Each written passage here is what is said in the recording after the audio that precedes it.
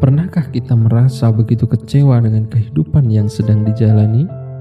Menyesali terlahir bukan seperti orang lain yang kita anggap hidupnya lebih senang dan lebih bahagia dari hidup kita sendiri.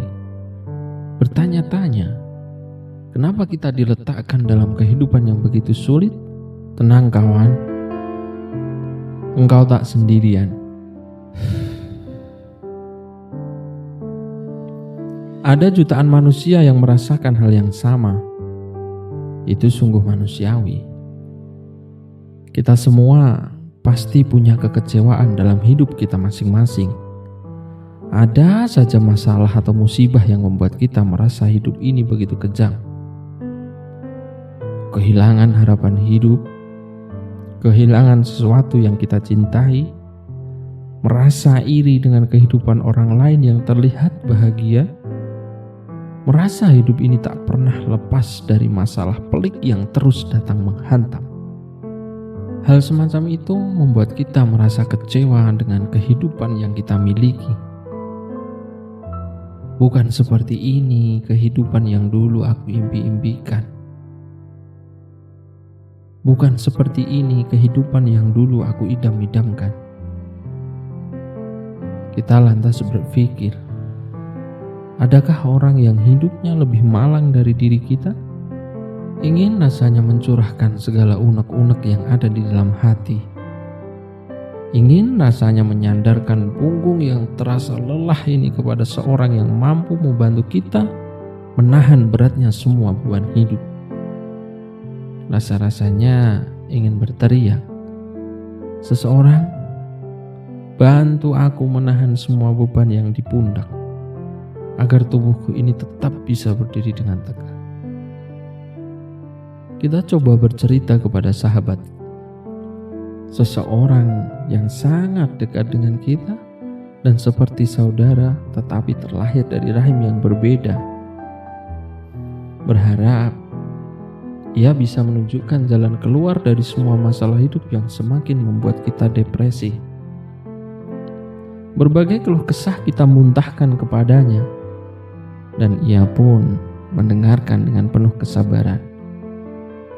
Ketika tiba giliran ia berbicara, ternyata ia sendiri punya banyak sekali keluh kesah yang selama ini tidak kita sadari.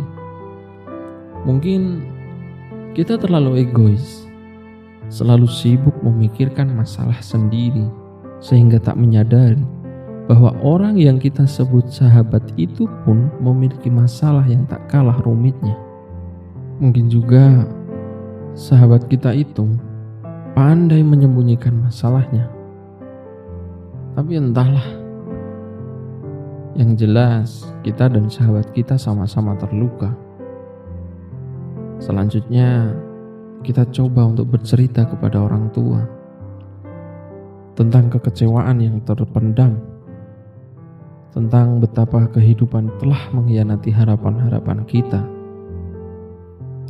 Namun, bukan solusi yang kita dapatkan, malah kita yang dipersalahkan. Kita dianggap kurang introspeksi diri. Kita diminta lebih bersikap dewasa dalam menjalani hidup. Kata mereka, "Beginilah hidup anakku. Engkau harus belajar menerima manis pahitnya kehidupan. Karena begitulah yang orang-orang dewasa lakukan." Tak ada satupun orang yang kita anggap mampu memahami kompleksitas hidup yang sedang kita jalani. Semua orang sibuk dengan urusannya masing-masing. Teringat sebuah nasihat lama dari Lou Holtz, mantan pemain dan pelatih sepak bola Amerika. Begini katanya, "Never tell your problem to anyone. 20% don't care and the other 80% are glad you have them." Mungkin ada benarnya juga. Kepada siapapun kita menceritakan problem yang kita hadapi, kebanyakan di antara mereka datang bukan untuk memberikan rasa pedulinya, melainkan datang hanya untuk sekedar menjawab penasaran mereka tentang hidup kita. Tapi ya sudahlah. Hidup memang punya aturannya sendiri. Tak seorang pun bisa menjadi anak-anak selamanya. Cepat atau lambat, kita harus belajar berdiri dengan kedua kaki kita. Belajar menghadapi masalah-masalah hidup yang dulunya sungguh tak pernah terpikirkan begitu pahit dan kejam. Ternyata menjadi dewasa itu harus siap mengorbankan banyak mimpi, waktu, tenaga, dan pikiran. Ternyata menjadi dewasa itu kita seringkali dibuat bingung dengan alur cerita kehidupan yang sangat melelahkan. Menjadi dewasa itu ternyata bukan soal usia, tetapi dewasa itu sebenarnya berbicara masalah mental, tentang bagaimana kita bertanggung jawab atas diri kita sendiri. Menjadi dewasa itu adalah tentang bagaimana kita menghapus air mata sendiri dan kembali tersenyum dengan cara kita sendiri. Dewasa itu bukan sebuah paksaan, melainkan sebuah keikhlasan.